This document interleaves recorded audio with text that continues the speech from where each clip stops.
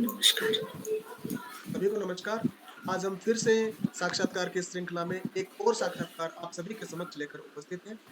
हमारे साथ पैनल में जैसा कि मैं बताता हूँ कि हमेशा हम वेल क्वालिफाइड टीचर्स को, बहुत अनुभवी टीचर्स को लेकर आते हैं, जो अपने ज्ञान से ना केवल उम्मीदवार का बल्कि हमारे भी ज्ञान में वृद्धि करते हैं। हमारे साथ जुड़े हुए हैं Anurag sir, Rohit sir, Pinky ma'am, Prajapati sir और इसके अलावा हमने जैसा कि एक प्रथा चला रखी है कि जिन भी उम्मीदवारों ने एक बार साक्षात्कार दे दिया है, अगले किन्हीं भी साक्षात्कार में हम उन्हें एज़ अ पैनलिस्ट लेते हैं और 2 या 3 सवाल पूछने के लिए उनको कहा जाता है, ताकि उनको सवाल पूछने वाले की मन स्थिति के बारे में पता चले। वो जान सके कि आखिर सवाल पूछने वाला क्या सोच रहा होता है उस समय, तो इससे उनकी और अच्छी तैयारी हो सकती है। तो पहला सवाल मेरा निशा मैम के लिए। आज हम निशा मैम का साक्षात्कार लेने जा रहे हैं। निशा मैम, अपने विषय में थोड़ा बहुत कुछ बताइए। सर्वप्रथम नमस्कार सभी को। मेरा नाम निशा अरोरा है। मेरा जन्म उत्तर प्रदेश के जिला गाजियाबाद में हुआ था। मेरी 10वीं और 12वीं की शिक्षा भी मैंने गाजियाबाद से ही यूपी बोर्ड के विद्यालय से प्राप्त की। स्नातक मैंने चौधरी चरण सिंह विश्वविद्यालय के एक college Shambhudayal degree college Ghaziabad से प्राप्त की।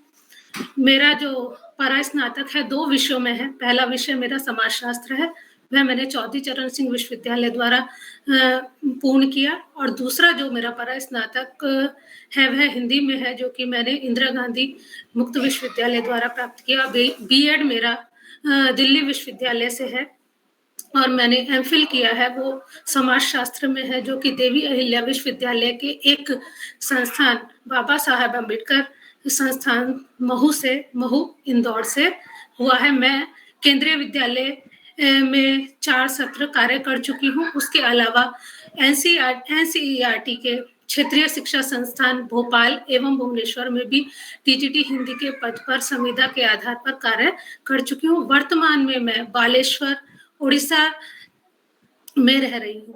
बहुत बढ़िया मैम, बहुत बढ़िया। तो अभी आपको कैसा लग रहा है मैम? सर, बहुत अच्छा लग रहा है। बहुत बढ़िया। आपकी मुस्कुराहट थोड़ी देखनी थी, गायब हो गई थी ना। हुँ।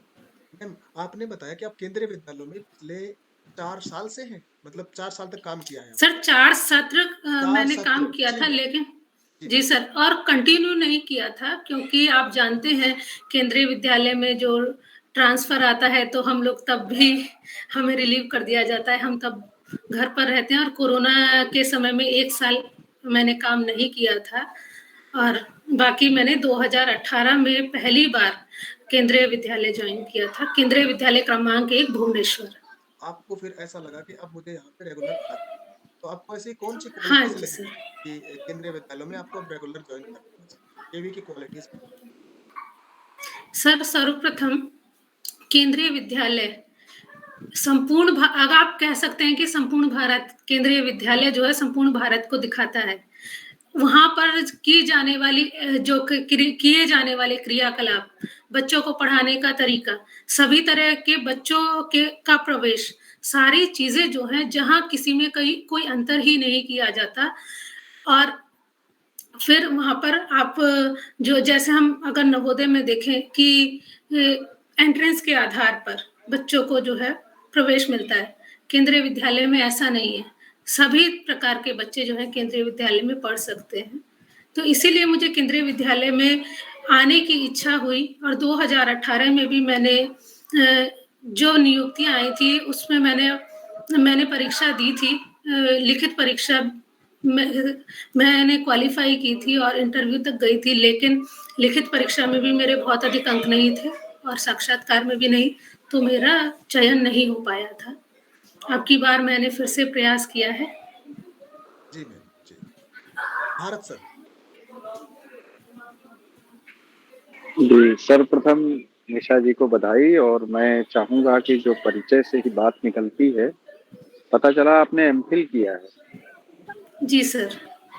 तो एमफिल किस तरह से 10वीं तक के छात्रों के शिक्षण में मदद कर सकता है? सर, मेरा जो एमफिल है वो हिंदी में नहीं, सामाजिक विज्ञान में है। अगर हम आज के परिप्रेक्ष्य में देखें तो बहुविषयक जो हमारी शिक्षा है उसमें मैं सामाजिक विज्ञान को अपने विषय यानी कि हिंदी साहित्य से जोड़ सकती हूँ। और अगर हम कहें कि 10वीं के छात्र पर, क्योंकि हम कह रहे हैं कि वो तो हायर एजुकेशन के लिए है, 10वीं के छात्रों को हम प्रेरित कर सकते हैं उच्च शिक्षा के लाभ बताकर। सर, भाषा में बोलना अधिक महत्वपूर्ण है या लिखना? सर, दोनों ही महत्वपूर्ण हैं। अगर हम अक्सर किताबों में लिखा होता है कि लिखित भाषा ज़्यादा महत्वपूर्ण होती है, क्योंकि हम उन्हें उसे संजो कर रख सकते हैं, लेकिन व्यवहार में हमारी मौखिक भाषा ज़्यादा प्रयोग में आती है।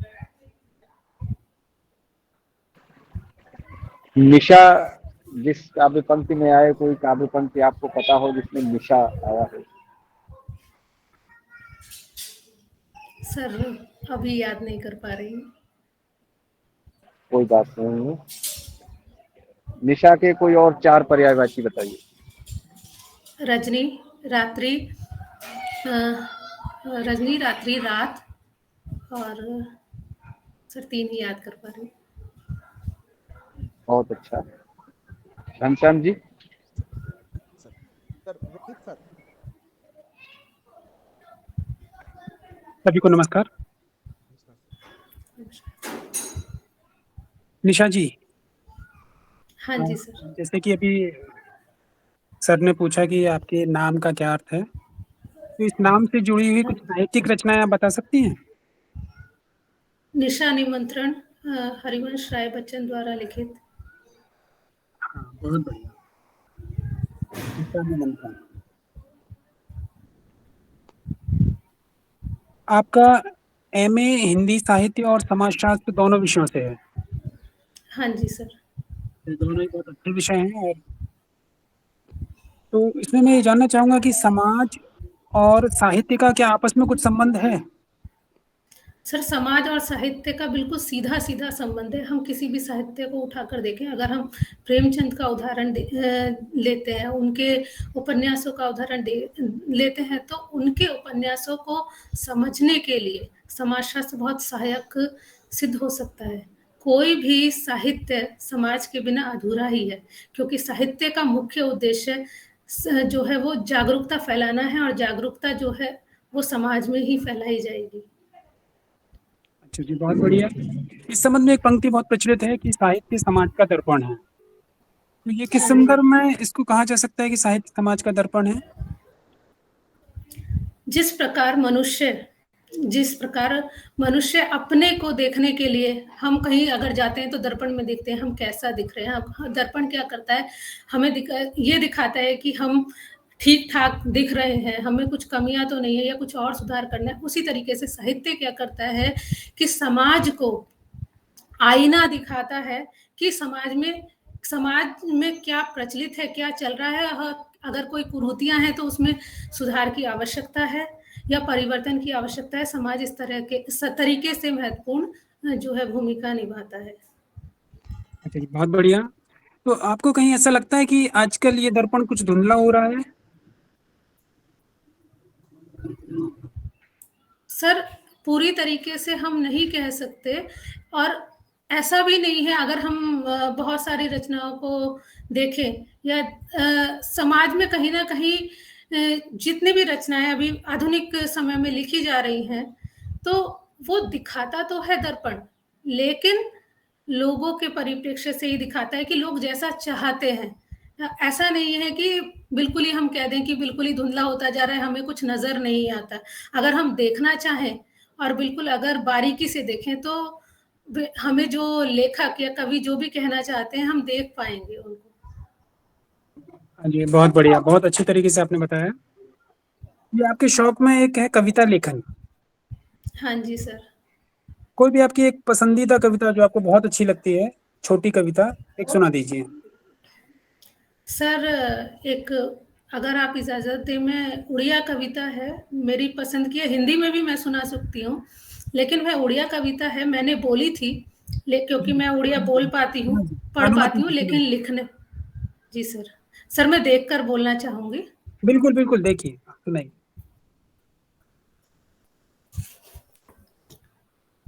तुमे जेबे हंसुथिल, तुमे जेबे हंसुथिल, मते बुढ़ी डाकू थिलो, मते बुढ़ी डाकू थिलो, बहुत सुंदर दिसुथिलो, बहुत सुंदर दिसुथिलो, झरना पानी बढ़िया थिलो, झरना पानी बढ़िया थिलो, ठंडा पवन लागुथिलो, ठंडा पवन लागुथिलो, बहुत सुंदर दिसुथिलो, बहुत सुंदर दिसुथिलो, मते आशीष देउथिलो, मते आशीष देउथिलो, पर्वत बढ़िया स्थिर थिलो, पर्वत बढ़िया स्थिर थिलो, बहुत सुंदर दिसुथिलो, बहुत सुंदर दिसुथिलो, कुआड़े तुमे चाली गलो, कुआड़े तुम्हें चली गलो, मते कहीं छड़ी देलो, मोहे कहीं नहीं ले लो, मोहे कहीं नहीं ले लो, जमुकु कहीं कहिलानी, जमुकु कहीं कहिलानी, मो सुना केमिति रहिबो, मो सुना केमिति रहिबो, ताकू के बुढ़ी डाकिबो, ताकू के बुढ़ी डाकिबो, ताकू के सुंदर दिसिबो, ताकू के सुंदर दिसिबो, तुमे जेबे थिलो, तुमे जेबे थिलो, सते सते सते, बहुत सुंदर दिसुथिलो, बहुत सुंदर दिसुथिलो। बहुत बढ़िया, बहुत भालो, बहुत बढ़िया। धन्यवाद सर। ये आपका जन्म स्थान है गाजियाबाद, हाँ जी सर। किस राज्य में है? हाँ जी सर। ये किस राज्य में है गाजियाबाद? उत्तर प्रदेश में सर। अच्छा जी। और आपका अभी वर्तमान पता बालेश्वर है? हाँ जी। ये उड़ीसा में है। हाँ जी सर। तो गाजियाबाद से लेके जो बालेश्वर तक का सफर है, इसमें आपने कुछ सामाजिक परिवर्तन भी देखे होंगे कि गाजियाबाद की सांस्कृतिक सामाजिक पृष्ठभूमि कुछ और रही है, बालेश्वर की कुछ और है। तो हाँ आपको जी क्या सर। लगता है कि समाज को परिवर्तन करने में किन किन कारकों की भूमिका होती है? जी सर। सर मैं अपने निजी जीवन के बारे में बताते हुए इसका उदाहरण देना चाहूंगी कि मैं उत्तर भारत से हूँ। गाजियाबाद जैसा कि एक मेट्रो शहर है, और मेरी जो शादी हुई वो उड़ीसा में हुई, उड़ीसा के ग्रामीण क्षेत्र में। और परिस्थितियां जो थी बिल्कुल ही अलग थी। अगर हम सांस्कृतिक अंतर देखें, जो बदलाव आया है अभी, जो मैं मेरे विवाह के बाद से लगभग 12 साल में जो बदलाव देख रही हूँ उड़ीसा में, उसका मुख्य कारण है शिक्षा का प्रचार प्रसार। शिक्षा एक महत्वपूर्ण साधन है जो कि सामाजिक सांस्कृतिक रूप से बदलाव लेकर आता है। दूसरा है आपके यातायात के साधन, जो कि अभी पिछले 5 सालों में ही भुवनेश्वर में मैंने परिवर्तन देखा। यातायात के साधनों से भी सामाजिक सांस्कृतिक बदलाव बहुत ज्यादा आते हैं। और तीसरा है हमारा सबसे सबसे महत्वपूर्ण कारक जो है वो लोगों में जागरूकता। जागरूकता जो है वो जागरूकता से सामाजिक सांस्कृतिक अंतर आते हैं। जैसे अगर यातायात के साधन विकसित होते हैं तो एक राज्य से दूसरे राज्य में जो आवाजाही है वो बहुत ज्यादा बढ़ जाती है, या हम कहीं एक जगह से दूसरे जगह जाने पर हम दूसरी संस्कृति की जो अच्छाइयां हैं वो लाकर हम हमारे समाज में परिवर्तन लाते हैं। जैसे अगर मैं कहूँ कि मैं शहरी क्षेत्र से आई थी, बहुत सारे ग्रामीण क्षेत्रों में मुझे अच्छाइयां भी देखने को मिली और बुराइयां भी देखने को मिली, तो मैंने वहां परिवर्तन करने की कोशिश की और परिवर्तन हुआ भी, निशा परिवर्तन जी बहुत सफल भी बढ़िया। रहा है। निशा जी बहुत बढ़िया, ये आपने काफी अच्छा बताया, विस्तार से बताया। तो इसमें बस एक चीज और मैं जानना चाहूंगा कि आज एक शब्द काफी प्रचलित है, सोशल मीडिया। हाँ जी सर। तो सोशल मीडिया में आज का जो दिन है 21 मार्च, आप बता सकती हैं आज किसका फाउंडेशन डे है? सर नहीं। चलिए कोई बात नहीं। आज ट्विटर, ट्विटर के आप जानते हैं ट्विटर का नाम? हाँ जी सर। आज उसका फाउंडेशन डे है ट्विटर का। अच्छा सर, धन्यवाद सर। आपको लगता है कि सोशल मीडिया के जो माध्यम है, इनके बिना हमारा समाज अधूरा है? सर अधूरा नहीं कहा जा सकता, लेकिन सोशल मीडिया के माध्यम से हम कहीं भी किसी से भी जुड़ सकते हैं। अगर वर्तमान में मैं उड़ीसा में बैठी हूँ और मुझे अपने किसी शिक्षक से बात करनी है, हाल तो फ़ोन से हम जुड़ते हैं, या अगर फ़ोन नंबर चेंज हो गया, तो हम उन्हें ढूँढ लेते हैं सोशल मीडिया पर। हम ढूँढ लेते हैं, उनसे बातें कर सकते हैं और कई सोशल मीडिया के माध्यम से हम बहुत सारी जो है जानकारियों से रूबरू हो पाते हैं, एक जगह बैठे-बैठे ही। बहुत बढ़िया। लेकिन बहुत सोशल मीडिया ने जो हमारा सामाजिक जीवन है, उसे बहुत संकुचित कर दिया है। ये बहुत बढ़िया निशा क्योंकि जी। हम हाँ जी सर। जी मैडम। चलिए सर। जी सर। हाँ, घनश्याम सर। जी सर, धन्यवाद सर। तो अभी जैसे आपने उड़िया कविता सुनाई सभी को, उड़िया उस कविता का भाव केवल एक पंक्ति में बताना है। मेरे दादा ससुर की मृत्यु के बाद मुझे उनकी याद आना और उनकी बातों को याद करना। बहुत बढ़िया। सिर्फ एक पंक्ति में बताया ना, क्योंकि अभी आप बहुत व्याख्या कर रहे थे, तो मैं सोच रहा था कि क्या आप संक्षिप्तीकरण भी करना जानते हैं? आपणों केमिते अच्छन्ति, ये मुझे शुरू में पूछना चाहिए था। हाँ। ମୁଁ ଭଲ ଅଛି। ଆପଣ ଭଲ ଅଛି? ମୋତେ ବି ଟିକେ ଟିକେ ଓଡ଼ିଆ ଆସୁଛି। ଆଉ ଭଲ ସାର୍, ଓଡ଼ିଆ ବହୁତ ମିଠା ଭାଷା। जी। मैंने भारत सर का परिचय वीडियो में शुरुआत में ना करवा के मैं बीच में रखा। भारत सर हमारे साथ केंद्रीय विद्यालय में अथाह अनुभव रखते हैं और वो संसाधक के तौर पर कई जगह जा चुके हैं और बहुत सारे शिक्षकों को शिक्षित कर चुके हैं, मतलब प्रशिक्षित कर चुके हैं। अथाह ज्ञान के साथ वो हमारे साथ अभी शामिल हैं और हमें उनका सानिध्य मिल रहा है, ये सौभाग्य है। Ma'am, Pinky ma'am. जी सर। हाँ, निशा जी, आप मुझे ये बताइए कि आपकी कक्षा में कई बच्चे हैं जिनको कई बार समझाने पर भी कॉन्सेप्ट क्लियर नहीं हो रहा है, तो आप उनको कॉन्सेप्ट क्लियर करने के लिए क्या करेंगी? कौन-सी विधि का प्रयोग करेंगी ताकि उनको समझ में आ जाए? मैम, सबसे पहले तो मुझे ये देखना पड़ेगा कि वह अवधारणा क्या है, वह कांसेप्ट क्या है, क्योंकि हर कांसेप्ट को तब ना ही पढ़ाने का तरीका एक होता है, ना ही उसकी विधि एक होती है।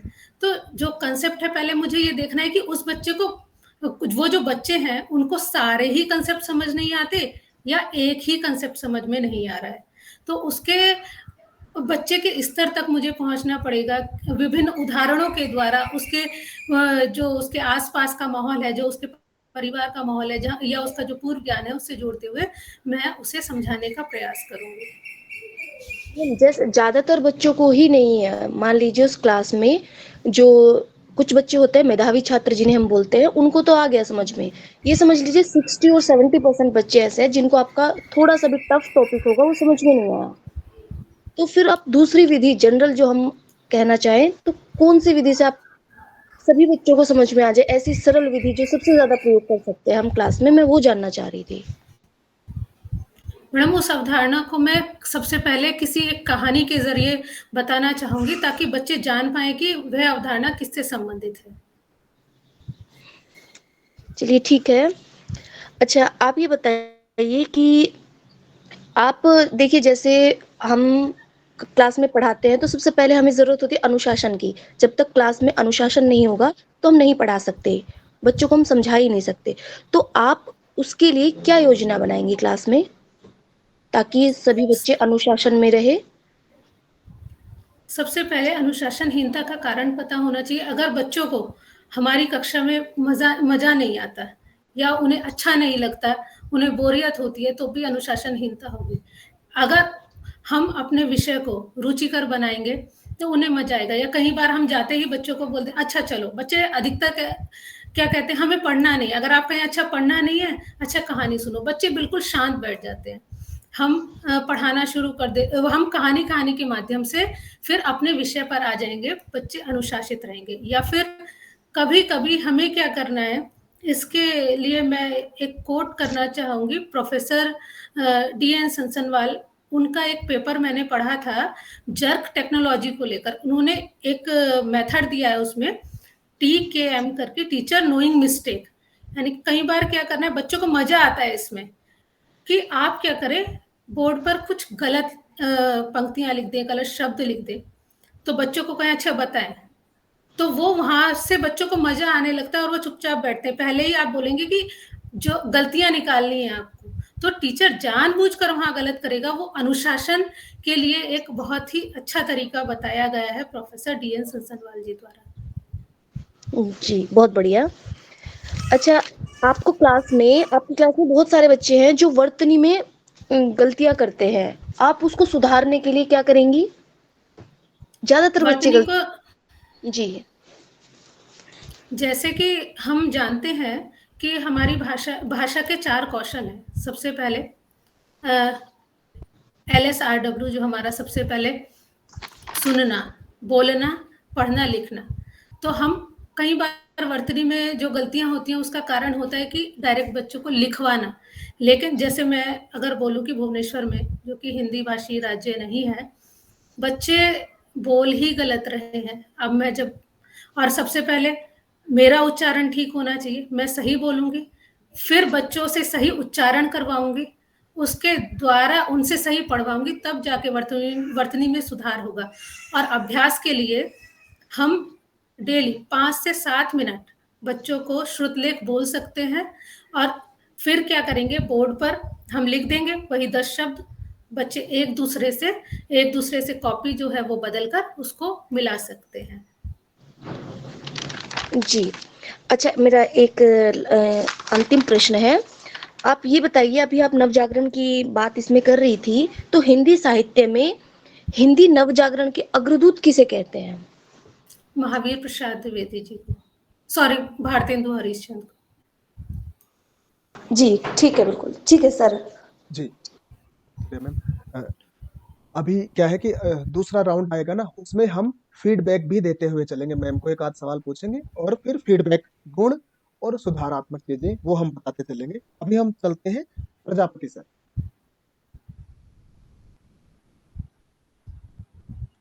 जी नमस्ते। नमस्कार सर। आपके बायोडाटा में पढ़ा गया मैम कि आप समाज शास्त्र और हिंदी दोनों में MA हैं। तो मैं आपसे एक प्रश्न करना चाहूंगा कि आपको हिंदी अध्यापन में समाज शास्त्र किस प्रकार सहयोग करेगा? सर, हिंदी अध्यापन में समाज शास्त्र सहयोग सभी क्षेत्र में सहयोग करेगा। अगर हम उदाहरण लें, पाठ 7 का मैं एक उदाहरण देना चाहूंगी, खान पान की बदलती तस्वीर। उसमें विभिन्न क्षेत्रों के खान पान के बारे में बताया गया है। वो क्षेत्र जो है, क्षेत्र विशेष की जो विशेषता है, वो कहीं ना कहीं समाज को भी इंगित करती है। इसी तरीके से अगर हम देखें, हमारा जो पाठ है, जो लाख की चूड़ियां में जो शहरीकरण और औद्योगिकरण की प्रक्रिया के द्वारा छोटे छोटे उद्योग धंधे नष्ट होते जा रहे हैं, ये जो प्रक्रिया है शहरीकरण, औद्योगिकरण, ये समाज शास्त्र के द्वारा ही आई गई प्रक्रियाएं हैं, जो कि मुझे साहित्य में मदद करती हैं। बिल्कुल बिल्कुल। गणित और विज्ञान के इस युग में जहां अभिभावकों को या समाज को भी अपेक्षा रहती है कि उनके बेटे बेटियां हैं जो इस क्षेत्र में बहुत आगे जाएं, ऐसे में हिंदी जो हमारा विषय है इसकी और अक्सर उपेक्षा की दृष्टि से इनको देखा भी जाता है। भले ही अपन मानते हैं अपन एक हिंदी के अध्यापक है, हिंदी जानते हैं, हिंदी को हम महत्व दे रहे हैं, समाज इतना ध्यान नहीं देता, उनको सरल सा लगता है। इसके बारे में आपके क्या विचार है? अंदर होगी नहीं सर, ऐसा नहीं है कि अगर हम किसी भी क्षेत्र का उदाहरण ले, मैं आपको एक जो है जीवंत उदाहरण देना चाहूंगी अपने जीवन का। एक जो है पेरेंट्स मेरे पास है, उन्होंने ऐसा ही कहा कि जी। बच्चों को गणित और विज्ञान ही पढ़ाना चाहिए, बाकी विषय का तो कोई महत्व ही नहीं है, क्यों पढ़ाते हैं पता नहीं। मैंने फिर बड़ी सरलता से उनसे पूछा कि सर आप कहाँ काम करते हैं? उन्होंने कहा मैं बैंक में काम करता हूँ, बैंक मैनेजर हूँ।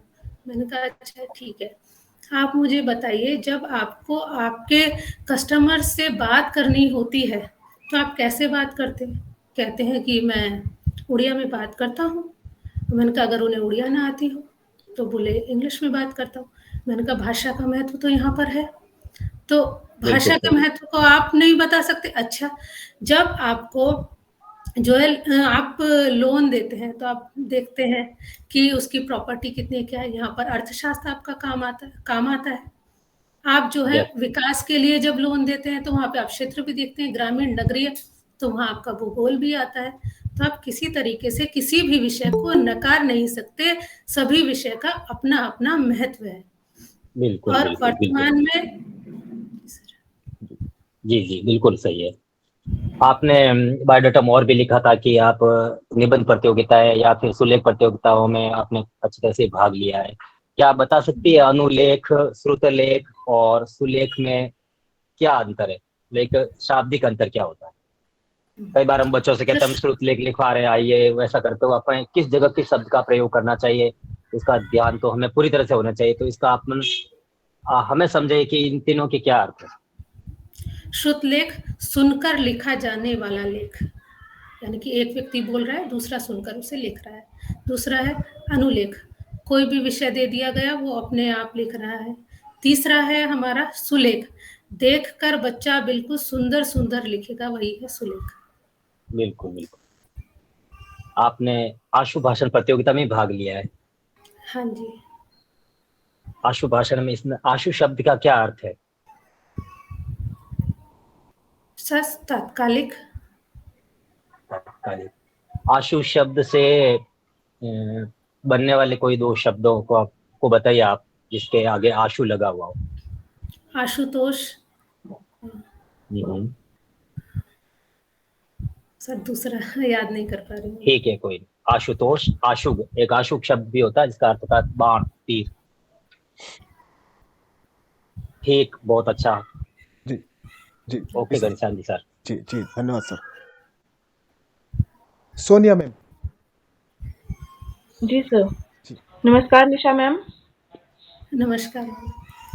मैम आज की तिथि से संबंधित कोई विशेष बात जो आपको पता हो?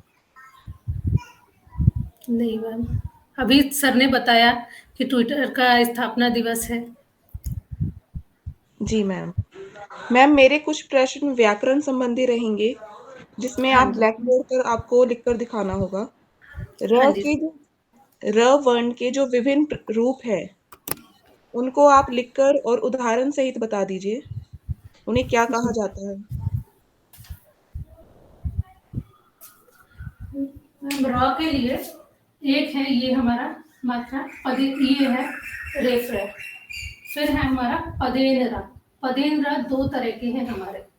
और ये जो हमारा पदेंद्र है, जो हमारा खड़ी पाई वाले जो अक्षर है, जैसे ग, घ, इसमें हमारा जो ये खड़ी पाई, ये जो एक वाला पदेन है वो आएगा। जबकि जो हमारे गोल आकार वाले हैं, जैसे ट, ये ट, इसमें हमारा ये आएगा। और ये पदेन हो गए दो, और ये है रफ, रेफ रफ, जैसे हमारा यहाँ हो गया गर्म, पदे ये हो गया ग्रहण, और यहाँ हो गया हमारा ट्रक। जी मैम, ठीक है। इसके अलावा मैम 2 शब्द मैं बोल रही हूँ, उनका आप अन्य लिंग बता दीजिएगा और ब्लैक बोर्ड पर लिख दीजिएगा, व्हाइट बोर्ड पर। पहला शब्द है मैम पिशाच। पिशाच का इसका अन्य लिंग पिशाची क्या नहीं, होगा मैम? पिशाची नहीं। लिख कर बता दीजिए मैम।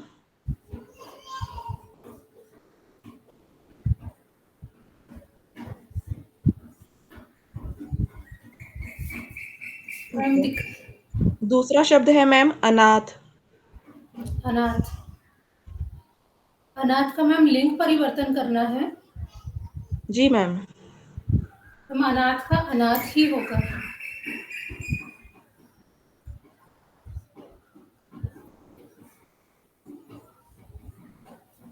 ठीक है मैम।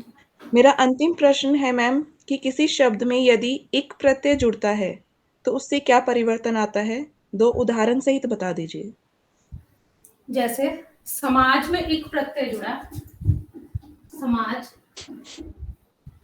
तो यहाँ पे हो जाएगा सामाजिक। समाज में अगर एक प्रत्यय जुड़ता है, और ऐसे ही रसायन में यहाँ पे आ का अंतर है, यहाँ पर रसायन, तो उसमें हो जाए रसायन में इक प्रत्यय अगर जुड़ा तो हमारा हो जाएगा रासायनिक।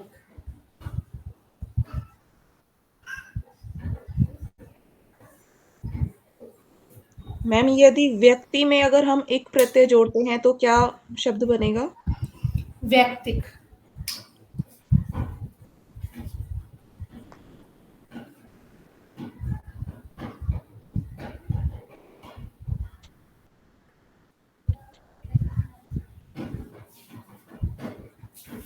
ठीक है मैम, धन्यवाद ma'am. Ma'am Preeti ma'am, doctor प्रीति मैम। जी बैठ रहा हूँ सर। जी मैम, कृपया बैठे बैठे मैम। जी मैम, निशा मैम नमस्कार। नमस्कार मैम। जी मैम, मैं पुरस्कार से संबंधित 1-2 प्रश्न करूंगी, जैसा कि सर ने बताया कुछ थोड़ा ही प्रश्न करना है। तो जी, तो मुझे ये बताइएगा साहित्य अकादमी कितनी भाषाओं में दिया जाता है? साहित्य अकादमी 22 भाषाओं में दिया जाता है।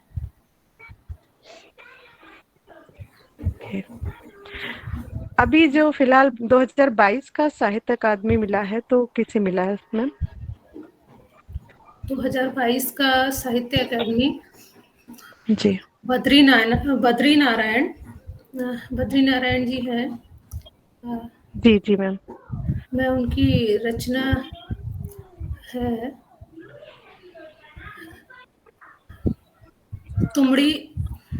तुमड़ी के शब्द है, शायद सर बहुत मैं याद अच्छे, नहीं बहुत कर पा बढ़िया मैम। हाँ जी मैम, यही है तुमड़ी के शब्द। जी, और मैम व्यास सम्मान है तो ये किसके तहत दिया जाता है, मतलब कौन इसको देता है, किस फाउंडेशन के तहत दिया जाता है व्यास सम्मान? मैम अभी पढ़ा है लेकिन मैं जी, याद नहीं कर पा रही हूँ। कोई बात नहीं मैम। सबसे बड़ा सम्मान कौन है हिंदी साहित्य में दिया जाने वाला सबसे बड़ा सम्मान? ज्ञानपीठ पुरस्कार। जी, बहुत अच्छा मैम। ठीक है घनश्याम सर, जी मेरा मैम। 2 ही 3 प्रश्न। जी मैम। ओके। जैसा कि हमने नियम बना रखा है, हालांकि हम में से कोई भी ऐसा नहीं है कि जिनको कम ज्ञान हो, सभी बहुत सुयोग्य है। कभी कभी होता है कि कुछ इधर होते हैं नौकरी के, कुछ उधर होते हैं, सौभाग्य की बात होती है, समय की बात होती है, और फिर कुछ प्रोटोकॉल्स होते हैं वो हमें फॉलो करने होते हैं। मैम क्या आप डेमो के लिए तैयार हैं? जी सर। जी मैम, प्लीज। डेमो के लिए जाती है, तैयार होती है, तो मैं बता दूं डेमो 30 नंबर का है। अच्छे से तैयारी आप करते रहिए, और अभी देखना जिस तरह से मैम का साक्षात्कार था होगा तो जो भी व्यूअर्स होंगे ध्यान देंगे इस चीज पर। ये जो तस्वीर है वो भगवान जगन्नाथ की है। हाँ जी, करिए। बच्चों आप मेरे पास आते हो अपना झगड़ा लेकर, या आप जब आपस में परेशान होते हो, मैम ये बच्चा मुझे तंग कर रहा है, ये मुझे परेशान कर रहा है, इसने मुझे ऐसे कह दिया, फिर आप मुझे ये कहते हो कि अच्छा, मैं पूछती हूँ अच्छा किसने क्या कहा, जब आपसे पूछती हूँ तो आप कहते हो नहीं नहीं मैम मेरे दोस्त से पूछ लीजिए। आप ऐसा ही कहते हो। आप दोस्त से क्यों पूछवाते हैं आप दोस्त से? हाँ, क्योंकि आप कहते हो कि उसने देखा था, उसने सुना था, तो वो क्या था आपका? आपने जो भी व्यवहार किया उसका क्या है? वह गवाह है। वेरी गुड, गवाह है, अति उत्तम। तो गवाह को क्या कहते हैं? गवाह क्या है? साक्षी है। वेरी गुड, साक्षी। यानी कि आपके कार्यों का वह साक्षी है। उसने अपनी आंखों से या तो आपको वह कार्य करते हुए देखा है या आपकी बातों को सुना है। तो साक्षी जो शब्द है उसी से आया है साखी। क्या शब्द आया है इससे? साखी। तो साखी का अर्थ क्या हुआ? गवाह। यानी कि वह कार्य जिसे कि आपने अपनी इंद्रियों के द्वारा या तो देखा हो, सुना हो, महसूस किया हो। तो अब आज हम पढ़ेंगे कबीर की साखी। ये इंद्रियां क्या होती? इंद्रियां हमारी 5 इंद्रियां हैं, जैसे आंख, नाक, कान, त्वचा और जीभ, ये हमारी इंद्रियां हैं जिनके द्वारा या तो आप किसी भी वस्तु को देखते हो, किसी भी बात को सुनते हो, जो है किसी भी चीज को चखते हो, महसूस करते हो, यही है हमारी इंद्रियां। तो आज हम पढ़ेंगे कबीरदास की साखी। तो पहली साखी, कबीरदास जी की पहली साखी। जाति न पूछो साधकी, पूछ लीजिए ज्ञान, मोल करो दरबार का, पड़ा रहने दो म्यान कबीरा, पड़ा रहने दो म्यान। तो यहाँ पर कबीरदास जी कहते हैं, जाति न पूछो साधकी, साधु की यानी कि साधु अर्थात सज्जन या ज्ञानी पुरुष, यहाँ पे साथ साधु या फिर ज्ञानी पुरुष।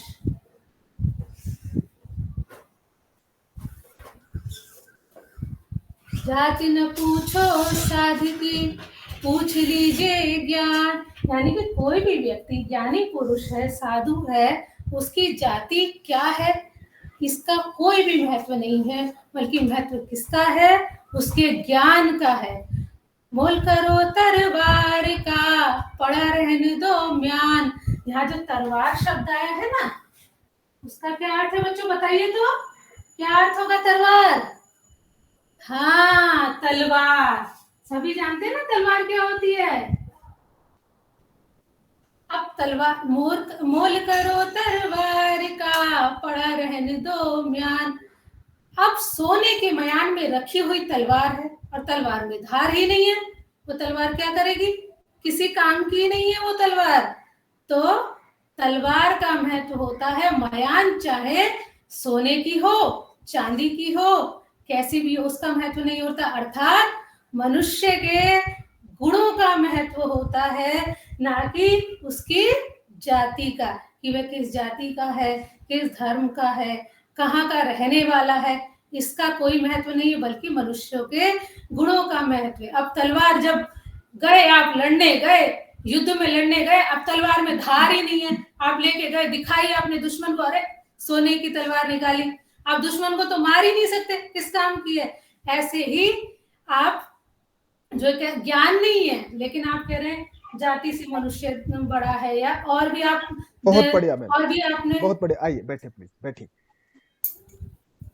अभी से ही दूसरा राउंड होगा, सभी अपने अपने हम लोग फीडबैक के साथ तैयार रहेंगे। सबसे पहले मैं भारत सर के पास ही जाऊंगा, तो उनसे पहले तब तक वो तैयार होते हैं, मैं कुछ और सवाल तब तक ले लेता हूं, और बाकी सभी लोग भी अपने फीडबैक के साथ तैयार रहेंगे।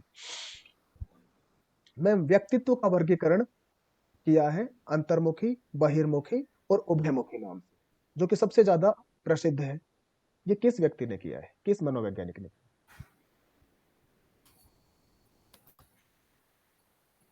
सर नहीं जान पा रही। ये जुंग ने किया है, कुछ लोग उनको युंग भी बोलते हैं। भारत सर तैयार हैं? हाँ जी, मैं तैयार हूँ। जी सर प्लीज।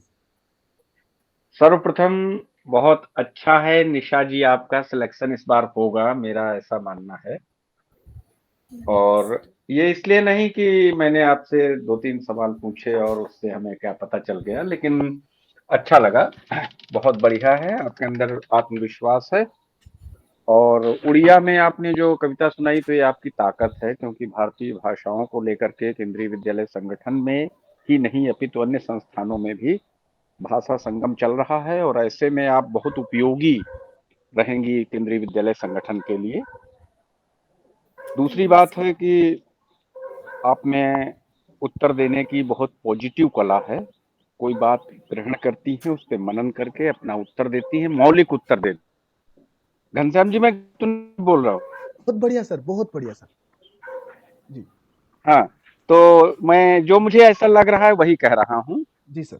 थोड़ी सी सावधानी मुझे लगती है, आपको एमफिल वाले आंसर में ये देना है कि चूंकि एमफिल उच्च स्तर का अध्ययन है और उसमें रिसर्च जैसा भी होता है, तो मैं अपनी कक्षाओं में बच्चों के बीच में प्रोजेक्ट इत्यादि देने में बच्चों के मनोमस्तिष्क और हाव भाव के अनुसार उनको प्रोजेक्ट वर्क दे पाऊंगी या उस पे और गहनता के साथ बच्चों से जुड़ाव रख पाऊंगी, इसमें एमफिल शिक्षा हमारी मदद करेगी। अगर चाहें तो इन वाक्यों को आप अपने में समाहित कर लीजिएगा। जी सर। एक बात है, कभी-कभी आपने विद्यालय बोला है, जहां तक मुझे सुनने में अगर त्रुटि नहीं हुई है, यद्यपि आपने विद्यालय भी बोला है, ये हर्ष की बात है। तो लापरवाही या अन्यमनस्कता में आपने ऐसा बोला है।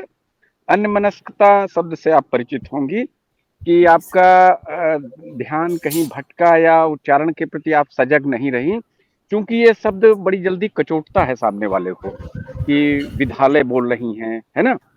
तो आपने विद्यालय भी बोला, इसलिए मुझे इसमें थोड़ा याद दिलाना है आपको कि आप घर में इसका अभ्यास कर लीजिएगा कि किसी भी परिस्थिति में हमें विद्यालय बोलना है। ठीक है? मैं आपको आपके उन्नत भविष्य की कामना करता हूँ और आप बहुत आगे जाएं। निशा को लेकर के आप पर्यायवाची 2-4 बार और देख लेना और एक आधी 2-4 पंक्तियां अपने नाम से जो मैंने किया है ना, एक अच्छी सी डायरी बना करके आप तैयारी कर लीजिए। Best wishes for your future. Thank you. जी, जी, बहुत धन्यवाद सर। और बाकी लोग भी जो सुन रहे हैं ना, मैंने पहले ही बताया था कि अथाह अनुभव के साथ है। सर ने जो बताया, जो ऑब्जर्व किया और जैसा कि सर ने आशीर्वाद दे दिया है कि आपका चयन होना निश्चित है, तो ये निश्चित है। सर ने कह दिया क्योंकि ऑब्जर्वेशन बहुत अच्छा है सर का। अब रोहित सर। निशा जी, मैं अपनी बात वहीं से शुरू करूंगा जहां से भारत सर ने खत्म की है। आपका जो नाम है वो स्ट्राइक करता है, एकदम से साहित्यिक शब्द है और जरूर उसमें से 1-2 प्रश्न बनेंगे। 1-2 प्रश्न पूछे भी गए और आपने उनका बहुत बखूबी उत्तर दिया। तो जिन साहित्यिक रचनाओं में निशा शब्द है या जिन साहित्यिक पंक्तियों में निशा शब्द है, उनको जरूर आप कुछ 1-2 विशेष पंक्तियां याद रखिए। कभी भी पूछी जा सकती है और ये बहुत ही सकारात्मक प्रभाव छोड़ने वाली पंक्तियां रहेंगी जो आप बदले में बताएंगे। तो साहित्यिक रचनाएं और पंक्तियां आपको लिख के याद कर लेना है और उसको रट ही लेना है ताकि तुरंत उसको हम बोल दें। एक प्रश्न आपके सामने रखा गया था, समाज व साहित्य का संबंध। आपने बहुत बढ़िया तरीके से बताया और कोशिश कीजिए कि सरल से सरल शब्दों में बताया जाए, ताकि क्योंकि ये समाज और साहित्य बहुत ही सामान्य से शब्द हैं, लेकिन इनके इनके जो अर्थ हैं और इनकी जो महत्ता है बहुत गूढ़ और दूर दूर तक जाती है। तो इनके जो विशेष प्रभाव है इनको हमें सामान्य शब्दों में बताना है। तो जितना ज्यादा आपका चिंतन मनन होगा उतना ज्यादा आप अच्छे से बता पाएंगे। अभी भी आपने बहुत बढ़िया तरीके से बताया। कविता सुनाई आपने बहुत बढ़िया, उड़िया में कविता थी। भारत सर ने भी कहा भाषा संगम के लिए ये बहुत ही बड़ा योगदान रहेगा। फिर भी मैं अपनी तरफ से कहना चाहूंगा कि आप एक हिंदी में एक छोटी कविता आप तैयार करके रखिए और ये जो कविता थी उड़िया की, इसको भी आप थोड़ा सा छोटा करिए, क्योंकि ये थोड़ी सी बड़ी कविता हो रही थी समय के हिसाब से। आपका शौक है तो ये तो अच्छी बात है। तो थोड़ी छोटी कविता जरूर आप याद करके रखिए और उसे जरूर सुनाइए। अगर मौका मिलता है तो जरूर सुनाइए। और गायन में आपने सुनाया, बहुत ही बढ़िया बात थी कि आपकी जो शैली थी, गायन शैली थी, वो भी बहुत अच्छा था। जिस दिन आपका इंटरव्यू हो रहा है उस दिन के बारे में महत्वपूर्ण समाचार आपको जानना ही है, लिख के रख लीजिए और उनको बिल्कुल जबान पर रखिए ताकि जैसी पूछे वैसी बता दें। उससे आपकी जागरूकता झलकती है। और एक बात मैं जरूर आपसे कहना चाहूंगा कि प्रजापति सर ने आपसे एक प्रश्न पूछा था। ये बात शायद प्रजापति सर आपसे नहीं कह पाएंगे, मैं कह रहा हूँ कि उसका उत्तर आपने एकदम नहीं से दे दिया था। सामान्यतः एक संवाद शैली नहीं होती है। यदि हम किसी की बात से असहमत हैं तो पहले थोड़ी सी सहमति दर्ज करते हैं कि आपका मानना ऐसा है, मेरा भी मानना ऐसा है, लेकिन मैं अपनी तरफ से इसमें ये बात जोड़ना चाहती हूँ कि मेरा दृष्टिकोण ऐसा ऐसा ऐसा है। तो हम एक सम दृष्टि रखते हैं। किसी को यदि हम काट दें किसी की बात, तो थोड़ा सा नकारात्मक असर जाता है। हालांकि आपने बात काटी लेकिन बहुत अच्छे तरीके से आपने उसको कैरी भी किया। लेकिन जो बात जब काट देते हैं तो कभी कभी सामने वाले का ईगो हर्ट हो जाता है। हमें उसका विशेष ध्यान रखना है, क्योंकि इंटरव्यू पैनल में बुजुर्ग व्यक्ति और काफी अनुभवी व्यक्ति शामिल होते हैं। तो उनका सम्मान करते हुए हमें अपने उत्तरों को उस अनुरूप ढालना है। बाकी आपका इंटरव्यू ओवरऑल बहुत बढ़िया था। समाज शास्त्र और साहित्य दोनों में आपके में, तो दोनों ही बहुत महत्वपूर्ण विषय हैं। यहाँ से जरूर प्रश्न बनेंगे, आप जरूर अच्छे से तैयार करके जाइएगा। और अभी आपने जो डेमो दिया वो बहुत बढ़िया, अच्छी पकड़ है, आपका उच्चारण अच्छा है, शैली अच्छी है, आपके पास ज्ञान भी है, उसकी अभिव्यक्ति भी अच्छे से कर पा रहे हैं। थोड़ा सा सरलीकरण कर देंगे तो और बेहतर हो जाएगा। बाकी आपके भविष्य के लिए बहुत बहुत शुभकामनाएं। बहुत धन्यवाद सर। अच्छा, भाषा संगम का 2 बार ज़िक्र हुआ। आप उड़ीसा में पढ़ा रहे हैं। वहाँ उड़ीसा का पेयरिंग स्टेट कौन-सा है मैम?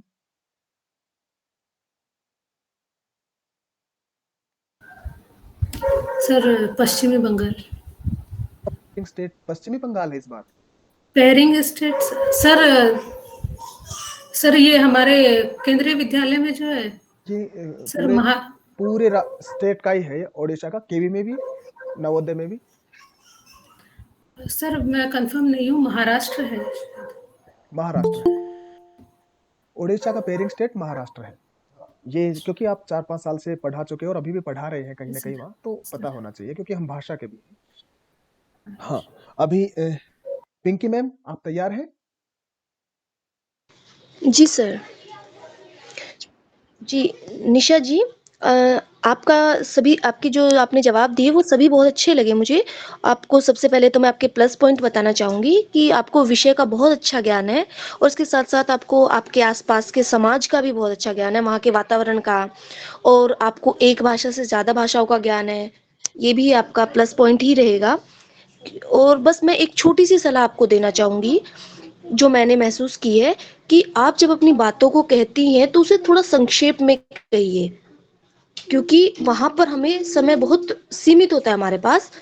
उसमें आप जितना कम शब्दों में अपनी बातों को कह सकें, वो ज़्यादा अच्छा रहेगा। ये मेरी छोटी-सी सलाह है, आपको अगर अच्छी लगे। बाकी सब बहुत अच्छा था, आपने जवाब बहुत अच्छे से दिए।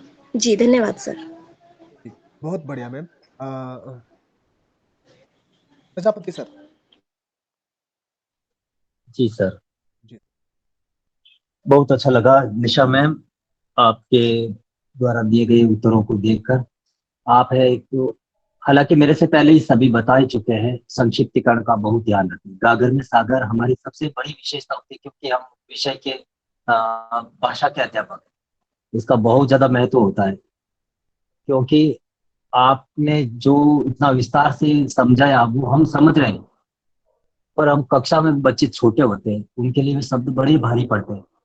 तो सबसे बड़ी बात है कि भाषा को जहाँ सरलीकरण का रूप देना चाहिए और रुचिपूर्ण देने के लिए संक्षिप्त शब्दावली का हमें बिल्कुल प्रयोग होना चाहिए, ताकि हमारा उद्देश्य भी पूरा हो जाए, बच्चों को भी बोरियत महसूस ना हो। और रही दूसरी बात, आप समाजशास्त्र और हिंदी दोनों से हैं, तो केंद्रीय विद्यालय को आपसे बहुत सारी अपेक्षाएं होंगी। बच्चों को आप बहुत विभिन्न प्रकार के उदाहरणों के माध्यम से, तर्कों के माध्यम से, घरेलू चीजों के माध्यम से आप हर पाठों में आप उदाहरण प्रस्तुत करेगी। मुझे लगता है कि आपका जो अध्यापन कार्य है बहुत ही सरलीकरण का रूप लेगा और बच्चों को अच्छी तरह से समझ में आएगा।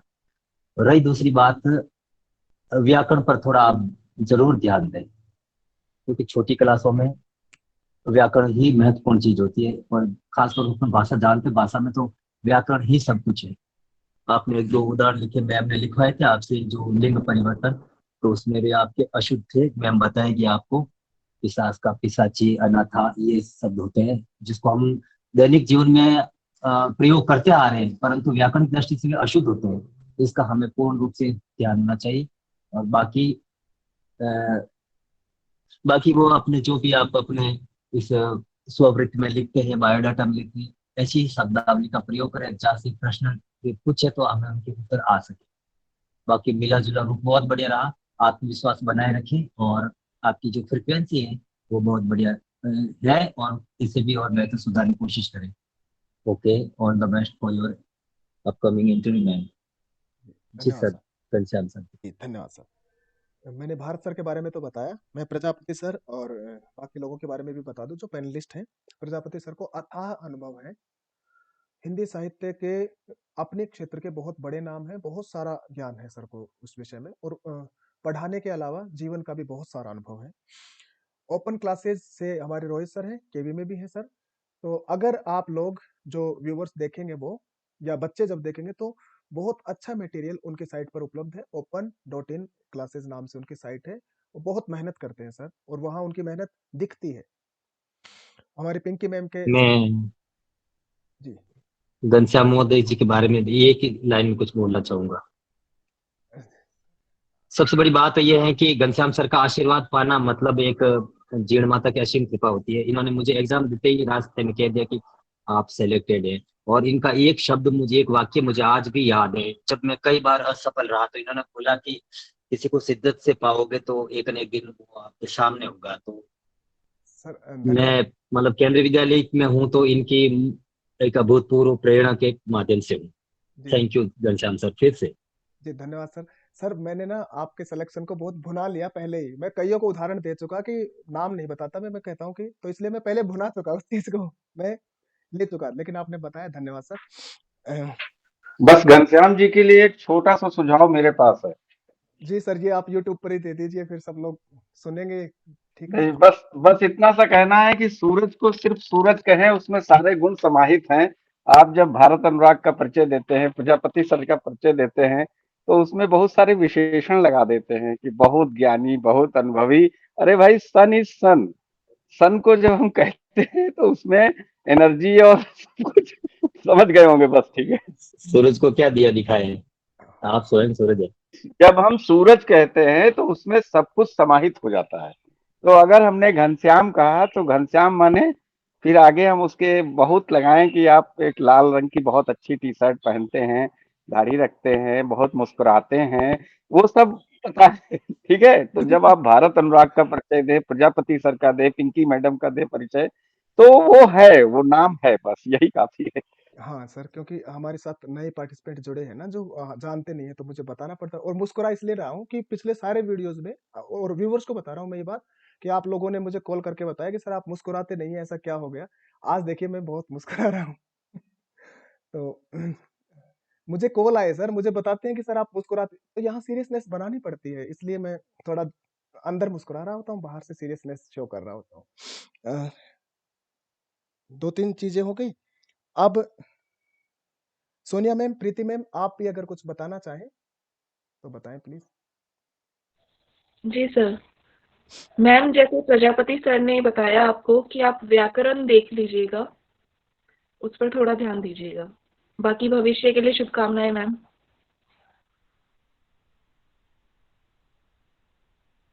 जी है क्या मैम, प्रीति मैम? जी सर।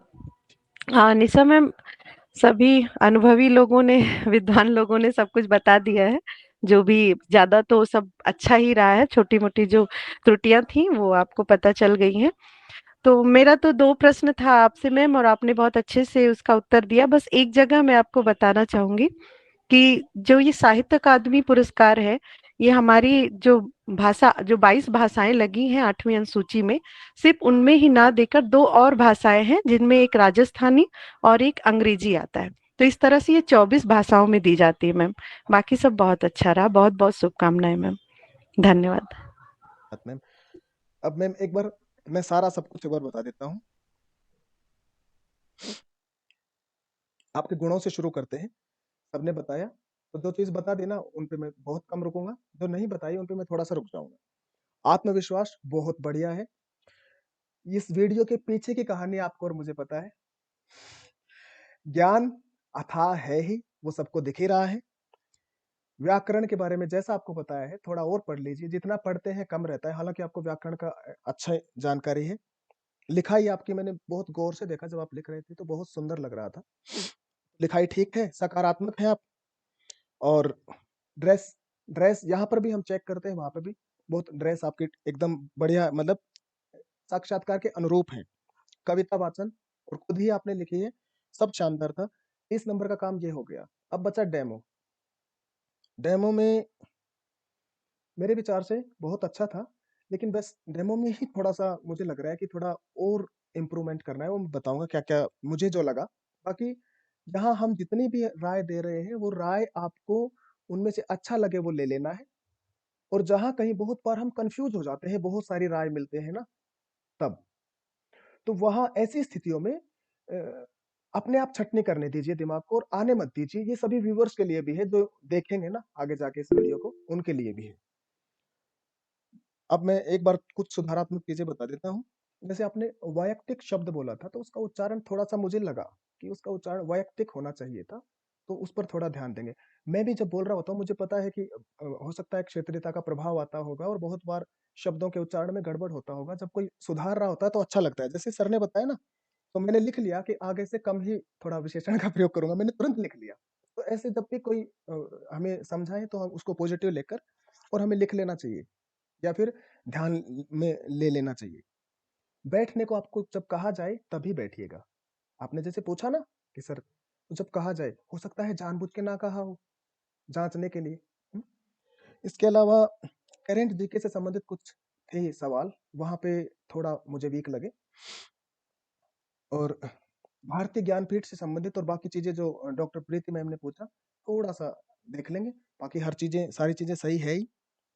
और हाँ, जैसे इम्पॉसिबल में पॉसिबल होता है, ऐसे ही ध्यान रख लेंगे हम। जैसे रोहित सर ने बताया कि असहमति में सहमति होती है। साइकोलॉजी का बहुत अच्छा नियम है। सामने वाले को कन्विंस ऐसे ही किया जाता है। पहले हम बिल्कुल उनसे सहमत नहीं हैं और हमने एकदम से बोल दिया, तो थोड़ा-सा प्रभाव गलत जाता है। तो पहले सहमति, फिर धीरे-धीरे। अब मैं क्या बताऊँ, शादीशुदा है तो हस्बैंड को ऐसे ही मनाते होंगे ज़्यादातर लोग कि हाँ, तो इसके अलावा ऐसा नहीं है, पत्नियों को भी मनाया जाता हाँ, जी सर।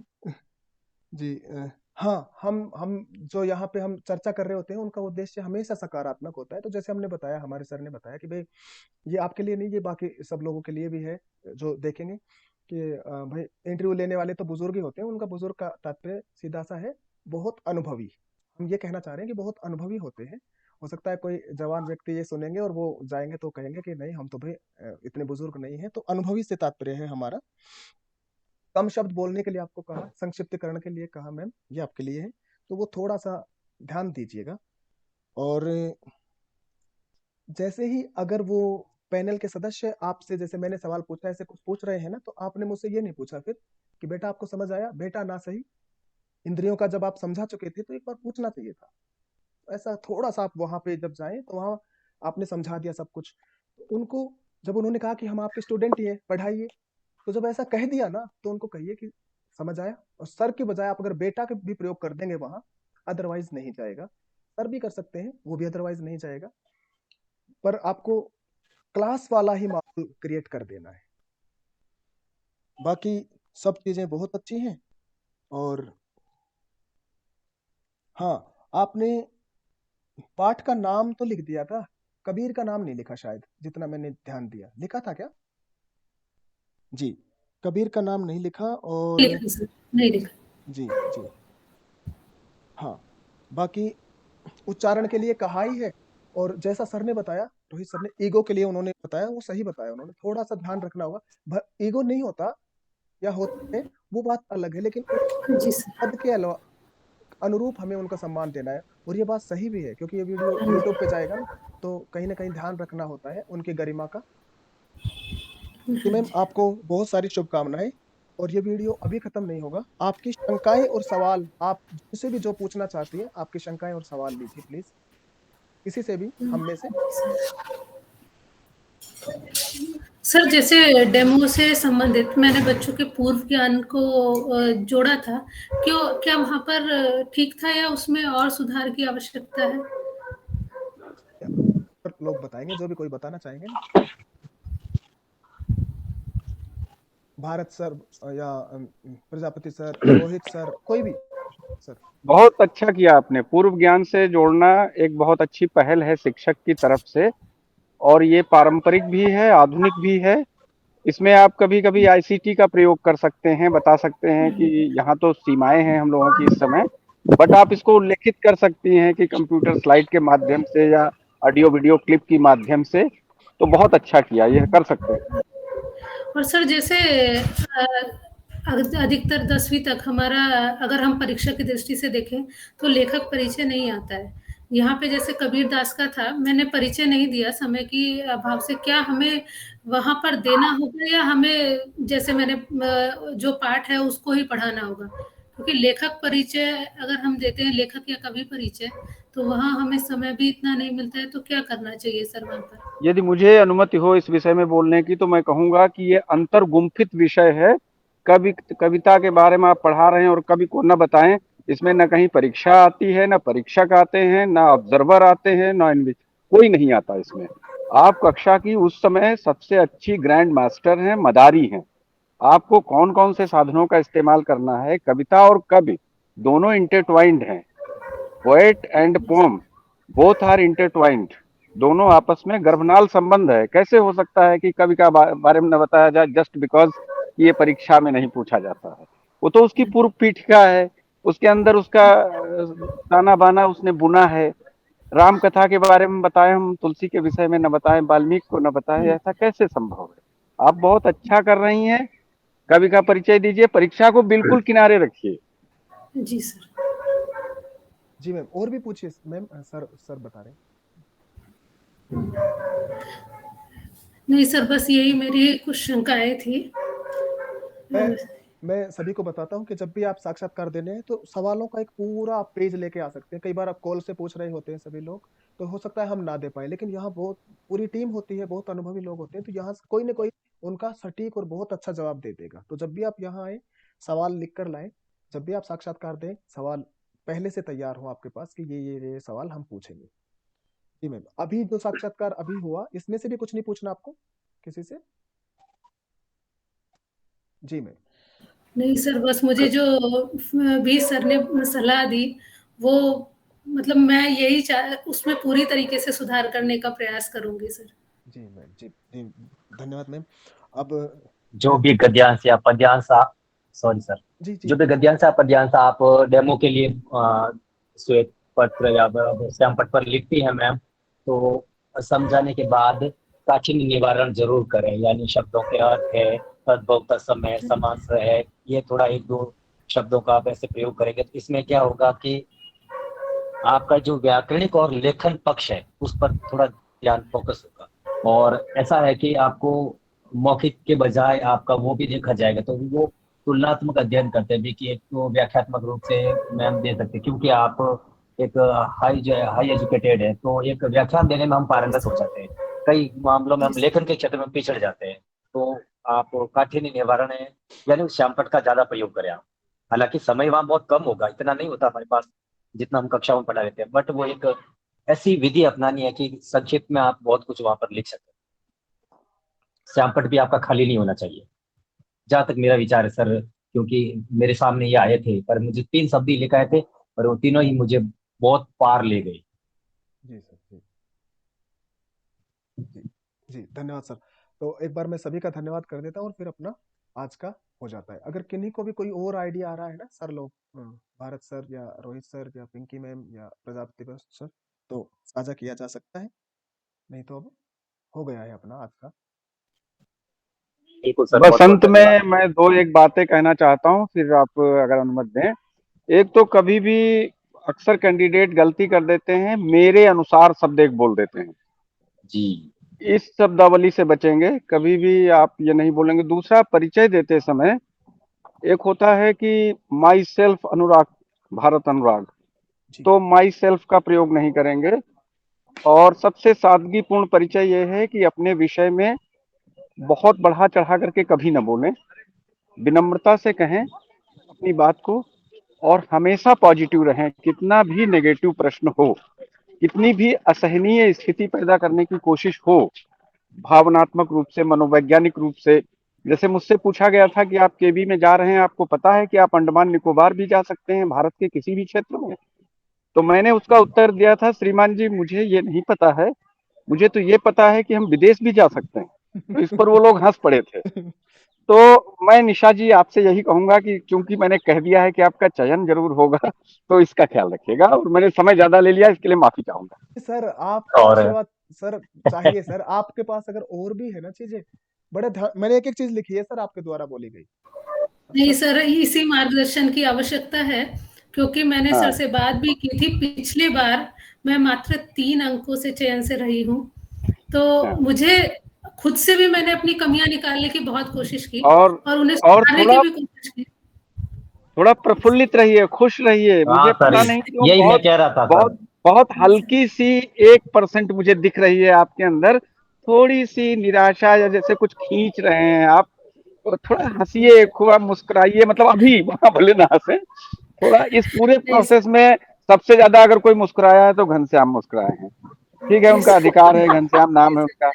लेकिन लेकिन आप भी थोड़ा सहज होइए और अंदर मुस्कुराते हुए हल्की सी स्मित मुस्कान, आपने शब्द सुना होगा स्मित मुस्कान, है ना? जी सर। जब आप किसी शख्स को ग्रीट करें तो उसमें हल्का सा मुस्कुराएं। कोई भी कठिन से कठिन प्रश्न आए, पहले हल्का सा स्मित अपने चेहरे पे लाएं, क्योंकि बच्चे के पास जब आप जाते हैं कक्षा में, तो शिक्षक अपने आप में एक लाइब्रेरी अपने साथ होता है, एक जादू का पिटारा होता है, एक मदारी होता है, एक नाटककार होता है, और बच्चे के व्यक्तित्व पर सीधा सीधा अक्ष या प्रभाव शिक्षक का पड़ता है। तो आपकी एक देह भाषा भी ज्ञान दे बोलेगी वहां पर इंटरव्यू बोर्ड के सामने। केवल मौखिक आपके उत्तर नहीं सराहे जाएंगे, अपितु आपकी देह भाषा, आपका मनोवैज्ञानिक रूप से नजरों को या मुंह को खोलकर बोलना, बात करना, लहजा, है ना? तो इन सब का बहुत बढ़िया, जितना सहज रहेंगे, जितना मुस्कुरा करके बढ़िया, कितनी भी असहज बात पूछी जाए आप उत्तर देंगे। बस बहुत हो गया मेरी तरफ से। सर हाँ सर, प्रजापति सर कुछ कह रहे थे? प्रजापति सर कुछ कह रहे थे? हाँ, मैं यही कहना चाह रहा था, भारत महोदय जी ने पूरा पूरा सही सही कह दिया, और मैं यही कह रहा था कि हम सबको अभी निशा मैम का चेहरा देखना चाहिए। तो देखो, मतलब आप प्रफुल्ल रहे मैम, मतलब बहुत कुछ वो, मतलब अपने जैसे ही होते हैं सब कुछ। ये हेजिटेशन नाम की चीज तो चेहरे पर होनी चाहिए, नहीं होनी चाहिए, क्योंकि अक्सर मतलब हिंदी भाषा का जो टीचर होता है, एज ए उसको मदर कह सकते हैं, फादर कह सकते हैं, ऐसा पारिवारिक माहौल लेकर वो कक्षा में प्रवेश करता है। तो प्रफुल्ल रहना हमारे सबसे बड़ा, हमारे लिए एक सपोर्टेबल भी पॉइंट होगा। बहुत तो बढ़िया। आप हमेशा प्रफुल्ल रहे, उत्तर नहीं आता तो भी मुस्कुरा कर सॉरी मैं इसके लिए प्रयास करूंगी, अभी मुझे नहीं आ रहा, जी बहुत बढ़िया ये सर। हमारे लिए बहुत एक सपोर्टेबल होते हैं। जी बहुत बढ़िया सर। अगला साक्षात्कार तो हम कम ही समय में सल्टा लेंगे, क्योंकि अभी बहुत सारी चीजें हम कर चुके हैं। हाँ निशा मैम, आपके जब माइक ऑन होता है ना, तो उसको पता रहता है, कुत्ते को आवाज आ जाती है, इसलिए मैं बीच बीच में ऑफ कर देता हूँ। तो उसके लिए क्षमा करें मुझे, मैं 3-4 बार ऑफ कर जी देता सर। हूँ। हाँ जी। नहीं नहीं सर। अभी वो चुप रहता है, और जैसे ही माइक ऑन होता है ना, ऐसे ही हम एक मैम का और साक्षात्कार कर रहे थे, तो उनके पड़ोसी कुछ खटखट खटखट कर रहे थे, जैसे साक्षात्कार शुरू हो उनका खटखट शुरू हो जाए। जी सर। मुस्कुराहट का राज बताता हूँ सर। हालांकि मैं बहुत सारी चीजें बताता नहीं हूँ जो पर्दे के पीछे बातचीत होती है, और वो मुस्कुराहट का राज ये है कि भगवान की कृपा से निशा मैम जितना सफल हुए, क्योंकि आपका कमेंट अभी सुना कि निशा मैम का बहुत अच्छा गया, उतनी ही सफलता मुझे लगी, इसलिए मैं मुस्कुरा रहा हूँ। कारण ये है, निशा मैम अच्छी तरह जानते हैं, आ नहीं रहे थे ये साक्षात्कार करने, बच रहे थे, टल रहे थे, और अभी आ गए। अब मैंने ये सीक्रेट बता दिया है मैडम, और मैं खुश हूँ आपके साक्षात्कार को देखकर। तो जी सर। अब सर ने जो बताया ना, भारत सर ने, अगर व्यूवर्स ने ना सुना हो तो एक बार मैं फिर से वही चीजें दोहरा देता हूँ। उन्होंने बताया, मेरे अनुसार जैसे शब्दों का कम से कम प्रयोग करें। बहुत जल्द हो सकता है निशा मैम आपको, या जितने भी पार्टिसिपेंट तैयारी कर रहे होंगे केवीएस के, उनमें से कुछ अगर भारत सर के रीजन में चले गए, तो शायद हो सकता है as a resource person Bharat sir उनको वहां पे मिलेंगे ट्रेनिंग देते हुए। तो इसलिए हाँ, और हमें भी, हम हमसे बहुत सीनियर है, तो हमें भी, मैं भी चाह रहा हूँ कि कभी मिले सर, और सर रिसोर्स पर्सन हो, और हम उनसे पढ़ें। परिचय के बारे में उन्होंने बताया सादगीपूर्ण परिचय हो, और हमेशा सकारात्मक रहने के विषय में सर ने बताया। हर चीज में हो सकता है वो कुछ खींचतान करें, या कुछ जानबूझ के ऐसे ट्रिकी सवाल पूछें कि हम अपना धैर्य खो दें, तो सकारात्मक ही रहना है। उन्होंने बताया कि कहीं भी जा सकते, कितना अच्छा जवाब दिया उन्होंने, कि उस सवाल का जवाब कि हम विदेश चले जाएं, क्योंकि 3 के भी विदेश में है। तो इसके अलावा खुश तो आप रहेंगे ही मैम, अब आपको नौकरी जो मिलने वाली है। तो सभी का बहुत बहुत धन्यवाद। Bharat sir, Rohit sir, Pinky ma'am, Prajapati sir, बहुत बहुत धन्यवाद। साथ ही सोनिया मैम, प्रीति मैम, आपने भी बहुत अच्छे सवाल पूछे, बहुत बहुत धन्यवाद। धन्यवाद सर। Thank you sir. धन्यवाद।